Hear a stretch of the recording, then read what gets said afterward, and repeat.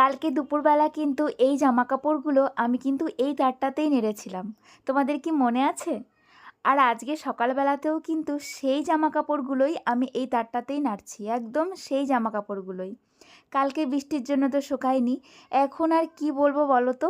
একটা জামাকাপড়ও কিন্তু আমি শুকাতে পারছি না। এত পরিমাণ রোজ বৃষ্টি হচ্ছে। তো তবুও কী করবো বলো তো? যদি না ধুয়ে কেচে দিই তাহলে ওই যে অনেক জামাকাপড় ঘরে জমা হয়ে যাচ্ছে, সেজন্য আবার রোজই আমাকে কাচতে হচ্ছে।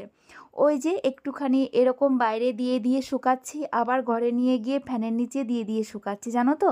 এই তাল করতে হচ্ছে। তো এই যে এখন ওই জন্য সকালবেলা আমার কিন্তু সমস্ত কাজ হয়ে গেছে। তারপরে দেখলাম একটু আকাশটা পরিষ্কার হয়েছে। তো তারপর জামাকাপড়গুলো এই যে মেলে দিয়েছি। তবে রোদ ওঠেনি তেমন, মানে একটু আকাশটা পরিষ্কার পরিষ্কার দেখছি। তো ভাবলাম তাহলে জামাকাপড়গুলো আগে নেড়ে দিয়ে নিই, তারপরে বাকি কাজ করব। তারপরে যে নাইটিটা কিন্তু আমি চেঞ্জ করে নিয়েছি। তারপরে আমি এখানে কি করতে এসেছি বলো তো? এই বাগানের মধ্যে ভীষণ ভয় লাগে, জানো তো? তোমরাই দেখেছো এইখানটাতে আমি কত গাছ লাগিয়েছি, কত কাজ করেছি। আর এখন এখানে আসতে না আমার ভীষণ ভয় লাগে, জানো তো? কিসের ভয় বুঝতেই তো পারছো, সেটা আর মুখ দিয়ে কী বলবো। তো তবুও আজকে আমাকে না দায় পড়ে এখানে আসতে হলো। এখানটায় হচ্ছে একটা রাম তুলসীর গাছ রয়েছে, সেখান থেকে এই যে পাতা তুলতে এসেছি। তো কালকে তোমাদের বলেছিলাম না চায়ের সঙ্গে এরকম তুলসী পাতা দিয়ে খেলে ভীষণ উপকার হয়। তো আজকেও দেখো দিয়ে দিচ্ছি, এই যে লবঙ্গ দিলাম, আর হচ্ছে তেজপাতা দিয়েছি, আর এই যে রাম তুলসীর পাতা, আর দেবো হচ্ছে আদা। সত্যি কথা বলতে কালকে এরকমভাবে চা বানিয়ে খেয়ে আমাদের এতটা উপকার হয়েছে যে তোমাদেরকে কি বলবো। শরীরটা কিন্তু অনেকটা ঠিক হয়ে গেছে, অনেকটা ফিট হয়ে গেছে এখন, জানো তো? একদিনের মধ্যেই। তো সেই জন্য আজকেও কিন্তু এভাবেই চাটা বানিয়ে নিলাম। তো তোমাদেরও বলবো এই সময় কিন্তু সবার শরীরই অসুস্থ হবে, বাচ্চাদের শরীরও কিন্তু অসুস্থ হবে। তো এইভাবে কিন্তু এই যে চাটা বানিয়ে তোমরা খেও, তাহলে কিন্তু অনেকটা শরীরে স্বস্তি পাবে। আর এমনিও কিন্তু রাম তুলসীর পাতা জলে জ্বালিয়ে খাওয়া যায়, যারা আর কি চা খাও না। তবে এটা এইভাবে চায়ের সঙ্গে খেলে না একটু খেতে ভালো লাগে আর কি। এমনি রাম তুলসীর পাতা হচ্ছে তুমি জলে যদি জাল দিয়ে খাও, তাহলে কিন্তু সেই জলটা খেলে অতটা ভালো লাগবে না, খেতে ইচ্ছা করবে না। তবে আমার ঘরে মধু ছিল না, সেজন্য চিনি দিয়েই কিন্তু এটা বানাতে হলো। মধু দিয়ে বানালে কিন্তু আরও উপকার পেতাম, তবে আমার ঘরে না মধু নেই। তো এই দেখো চাটা কিন্তু আমি বানিয়ে নিয়েছি।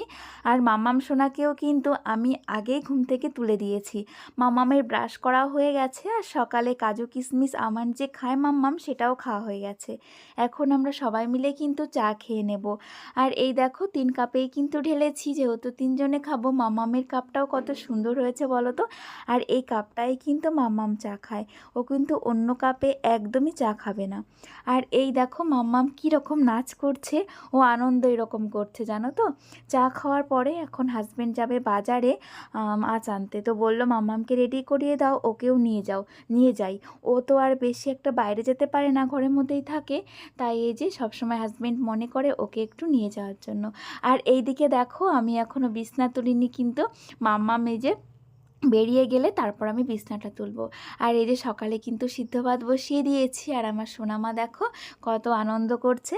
তো মাম্মাম আর ওর বাবা বেরিয়ে গেলে তারপরে কিন্তু আমি সমস্ত কাজগুলো করে নেব।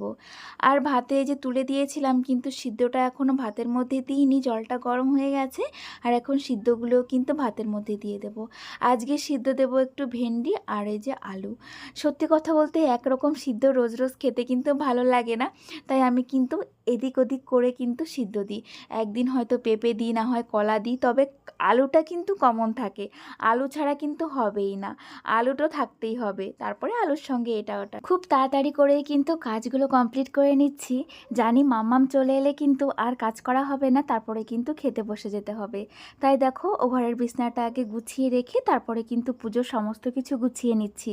কেন কি বলো তো, এখন যদি গুছিয়ে না রাখি দুপুরবেলা কিন্তু স্নান করে পুজো দিতে অনেকটা লেট হয়ে যাবে, তারপরে আবার রান্নাতে লেট হয়ে যাবে। আর এখন যদি পুজোর সমস্ত কিছু গুছিয়ে রেখে দিই, তাহলে দুপুরবেলাতে স্নানটা সেরে তাড়াতাড়ি করে পুজোটা দেওয়া হয়ে গেলে আমি কিন্তু রান্নাটা করে নিতে পারবো। তো সেই জন্য কিন্তু এরকম বুদ্ধি করেই কিন্তু আমি সমস্ত কাজটা করি। আর এই যে গুছিয়ে বুদ্ধি করে কাজগুলো করার জন্য কিন্তু আমি অনেক প্রশংসাও শুনতে পাই, জানো তো? কেন কি আমার মতন এইরকম করে কাজ কিন্তু অনেকেই করতে পারে না, যেহেতু এই সংসারের সমস্ত কাজ কিন্তু আমাকে একা হাতেই করতে হয়। তারপরে আবার দেখো মাম্মাম রয়েছে, একটা দোকান রয়েছে, সমস্ত দিকটাই কিন্তু আমাকেই সামলাতে হয়। তবে যখন এ বাড়িতে বিয়ে হয়ে এসেছিলাম তখন না অনেক কিছু আমাকে শুনতে হয়েছিল, জানো তো? কি শুনতে হয়েছিল বলো তো? এটা কিন্তু অনেক মেয়েদেরই শুনতে হয়। যেহেতু আমার হাসব্যান্ড আমার থেকে দেখতে অনেকটা ভালো, সেজন্য কিন্তু আমাকে অনেকেই অনেক কথা বলতো তখন। যাই হোক, তোমরা বুঝতেই পারছো কি কথা বলতো। তো তারাই কিন্তু এখন আমার অনেক প্রশংসা করে। তো যাই হোক, এই যে হাসব্যান্ড আর মেয়ে কিন্তু বাজার থেকে চলে এসেছে। আর এই দেখো মাছ নিয়ে এসেছে, কই মাছ। আর নিয়ে এসেছে হচ্ছে কলা। এই যে কলাটা নিয়ে এসেছে, কলাটা না প্যাকেটের থেকে আমি এখন বের করে রাখবো। কেন বলো তো? এই প্যাকেটের মধ্যে কলাটা থাকলে কিন্তু নষ্ট হয়ে যাবে। আর কলা তো অনেক দিন থাকে না, জানো তো, খুব তাড়াতাড়ি নষ্ট হয়ে যায়। তো সেই জন্য কিন্তু তাড়াতাড়ি খেয়েও নিতে হয়। তো কলাটা এরকম ছাড়িয়ে রেখে দিলাম। মাম্মাম, আমরা সবাই মিলে কলাটা খেয়ে তাড়াতাড়ি করে কিন্তু শেষ করে ফেলবো। আর এইদিকে দেখো আমার কিন্তু ভাতও রান্না হয়ে গেছে সকালে। আর আমার সোনামা এখানে দেখো মন দিয়ে খেলা করছে। মানে বাজার থেকে এসেই মাম্মামকে আবার ওই জামাটা খুলে এই পাতলা জামাটা পরিয়ে দিলাম। আর ও এখানে কিন্তু মন দিয়ে খেলা করছে। আমি যে ভিডিও করছি ও না প্রথমে টের পাইনি। তারপরে আমি একটা আওয়াজ করেছি আর আমার দিকে তাকিয়ে দেখো কত সুন্দর একটা হাসলো। দোকান থেকে এই সমস্ত সাবানগুলো সব নিয়ে এসেছে আর এখানে বসে বসে খেলা করছে। আর এইদিকে দেখো টিপটিপ করে বৃষ্টি কিন্তু শুরু হয়ে গেছে। সকালে জামা কাপড়গুলো তুলেছি, সেগুলো কিন্তু আমাকে আবার দেখো তুলে নিতে হয়েছে। বুঝতে পারছো তাহলে কি করে জামা কাপড় শুকাবো? এই সকালে নেড়ে দিলাম তখন কিন্তু রোদই ওঠেনি। আর এর মধ্যে দেখো বৃষ্টি চলে এসেছে আর জামা কাপড়গুলো তুলে এখানে রেখে দিয়েছি। আবার রোদ এলে আবার নাড়তে হবে। এই হচ্ছে আমার সারাদিনের কাজ। আর এই যে এখন কিন্তু রান্নাটাও সেরে নেব। ও তোমাদেরকে যেটা বলছিলাম, তো যাই হোক, তো বুঝতেই পারছো আমাকে কীরকম কথা শুনতে হয়েছিল বিয়ের পরে। তবে এখন যারা আমাকে কথা শোনাতো তারাই কিন্তু উল্টে আমার প্রশংসা করে, আমাকে কিন্তু অনেক কিছু বলে আর কি, ভালো বলে আর কি। সেটা তাদের মুখ থেকে শুনতে পাই না, আমি কিন্তু অন্যদের মুখ থেকে শুনতে পাই যে তোমার কথা এটা বললো, তোমার কথা ও এটা বললো। তো শুনেও তখন ভালো লাগে। আর আমার হাজব্যান্ডও তখন বলে, দেখেছো বিয়ের পরে এই কিন্তু তোমাকে এই কথাটা বলেছিল আর এখন দেখো কতটা পাল্টে গেছে। তো এই রকমই হয়, জানো তো? বিয়ের আগে কিন্তু মেয়েদের রূপের বেশি কদর থাকে, তাই না বলো? আর বিয়ের পরে কিন্তু মেয়েদের রূপের একদমই কদর থাকে না, তখন কিন্তু গুণের কদরটাই থাকে। তো আমার যদি ভুরি ভুরি রূপ থাকতো আর গুণ না থাকতো তাহলে হয়তো বিয়ের আগে আমি অনেক প্রশংসা পেতাম, আর বিয়ের পরে কিন্তু সেই রূপের কোনো দাম থাকতো না, তখন কিন্তু গুণটাই আগে দরকার হয়। তো এখন সেটা কিন্তু আমি মানে ভীষণভাবে বুঝতে পারি যে সত্যি কথা, কেন কি যারা আমাকে কত কিছু বলেছে তারাই কিন্তু এখন আবার আমার কত প্রশংসা করছে। তো সেটা তো বুঝতেই পেরে গেছি আমি, নিজেকে দিয়েই কিন্তু আমি পুরো বুঝতে পেরে গেছি যে শ্বশুর বাড়িতে এসে কিন্তু রূপের কোনোই দাম থাকে না, তখন কিন্তু গুণেরই দাম থাকে। আর এই যে আমি কিন্তু রান্না করতে করতে আবার হাজব্যান্ডের সঙ্গে একটু কথা বলছিলাম, কি বলছিলাম আমার না মনে নেই। ও হ্যাঁ, এবার মনে পড়েছে। মাম্মাম বাইরে যাওয়ার জন্য অনেকটা বিরক্ত করছিল, কিন্তু বাইরে কি করে যাবে বলো তো? উঠোনে কাদা হয়ে রয়েছে, তারপর আবার এই যে মাঝে মধ্যেই ঝিরঝির করে বৃষ্টি চলে আসছে। তো সেই জন্য ওর বাবা ওকে একটু বকা দিয়েছে, তাই মাম্মাম দেখো একটু রাগ হয়ে গেছে। তাই এই যে আমি এখন কোলে করে নিয়েই কিন্তু মাম্মামকে রান্না করছি। মাম্মাম কিন্তু এখন অনেকটা অভিমান শিখে গেছে, জানো তো, যেটা আগে করতো না। এখন কিন্তু বকা দিলে ও কিন্তু অনেকটা সময় অভিমান করে থাকে। তো যাই হোক, এখন আস্তে আস্তে তো মাম্মাম বড় হচ্ছে। সত্যি কথা বলতে না ভীষণ খারাপ লাগে, জানো। এই তো সেই দিন মাম্মাম কতটুকু ছিল আর এখন কত বড় হয়ে গেল। মনে হয় সেই ছোটোটাই মানে ভালো ছিল, জানো তো, এরকম মনে হয় মাঝে মাঝে আমার। তাজনুর বুনু কমেন্ট করেছো, তুমি বলেছো তোমার কমেন্টটা কালকে পড়েছি সেই জন্য তুমি ভীষণ খুশি হয়েছো আর আমার ভিডিওর জন্য তুমি অপেক্ষা করে থাকো। আর আমার ভিডিও তোমার ভীষণ ভালো লাগে আর আমার কথাগুলোও নাকি তোমার ভীষণ ভালো লাগে। থ্যাংক ইউ বুনু, অনেক ধন্যবাদ তোমাকে। সত্যি কথা বলতে আমার এই কথাটা শুনতে ভীষণ ভালো লাগে, জানো তো, যে আমার ভিডিওর জন্য কেউ অপেক্ষা করে থাকে। ভাবতে পারছো যে তোমরা আমাকে কতটা ভালোবাসো, যে আমার ভিডিওর জন্য তোমরা অপেক্ষা করে থাকো। সেই জন্য জানো তো একদিনও ভিডিও দিতে আমার মানে মিস করতে আমার ভালো লাগে না, যে তোমরা সবাই আমার ভিডিওর জন্য অপেক্ষা করে থাকবে। তবে কি বলো তো, মাঝে মধ্যে ওই যে সংসারে কাজকর্ম করে না নিজের শরীরটাও তো খারাপ হয়ে যায়, সেই জন্য ওই যে মাঝে মধ্যে কিন্তু একটু গ্যাপ দিতে হয়। আর আজকে কিন্তু আমি কচুরমুখী দিয়ে কই মাছ রান্না করছি। সত্যি কথা বলতে কই মাছ দিয়ে কচুরমুখী খেতে কিন্তু ভালো লাগে, জানো তো। তো দেখো রান্নাটা কিন্তু আমার প্রায় হয়ে এসেছে। এদিকে কিন্তু পটল ভাজা করে নিয়েছি, পটল ভাজাটা হয়ে গেছে আর তরকারিটাও কিন্তু প্রায় হয়ে এসেছে। আজকে কিন্তু এই দুটো দিয়েই কিন্তু আমাদের দুপুরে খাওয়া দাওয়া হবে। দুপুরে খাওয়া দাওয়ার পরে তারপরে কিন্তু একটু রেস্ট নিয়েছিলাম, আর মাম্মাম কিন্তু আজকে ঘুমিয়ে পড়েছে। যেহেতু সকালে আজকে মাম্মামকে একটু তাড়াতাড়ি তুলে দিয়েছিলাম, সেই জন্য দেখো মাম্মাম কিন্তু আজকে একাই ঘুমিয়ে পড়েছে। আর অন্যদিন আমি ঘুম পাড়াতে চাইলেও কিন্তু মাম্মাম ঘুমাতে চায় না, যেদিন সকালে লেট করে ওঠে। তাই ভেবেছি যতটা সম্ভব মাম্মামকে সকালবেলা একটু তাড়াতাড়ি তুলে দেবো, তাহলে এই যে দুপুরের দিকে একটু ঘুমালে কিন্তু ওরও ভালো লাগবে। তো আমি একটু রেস্ট নিয়ে তারপরে উঠে পড়েছি, যেহেতু বিকালের একটু কাজকর্ম রয়েছে। তো সবারই তো বিকালে একটু কাজকর্ম থাকে, তাই না বলো? তো তার আগে দেখো চুলটা একটু সুন্দর করে আঁচড়ে নিচ্ছি। আর চুলের অবস্থাটা দেখো কি অবস্থা হয়েছে আমার চুলগুলো, পুরো একদম সেই রুক্ষ হয়ে গেছে জানো তো। আর চুল কত কম হয়ে গেছে। আমি যখন ব্লগ শুরু করেছিলাম তখনও কিন্তু আমার মাথায় অনেক চুল ছিল। তোমরা অনেকেই কিন্তু তখন আমার প্রশংসা করতে, যখন আমার আগে অনেকে ব্লগ দেখতে, তারা হয়তো এখন দেখো না, আমার চুলের প্রশংসা কিন্তু অনেকেই করেছো। তবে এই দেখো এই কদিনেই আমার চুলগুলো উঠে কটুকু হয়ে গেল। একদম ভালো লাগে না জানো তো চুল এরকম উঠে গেলে।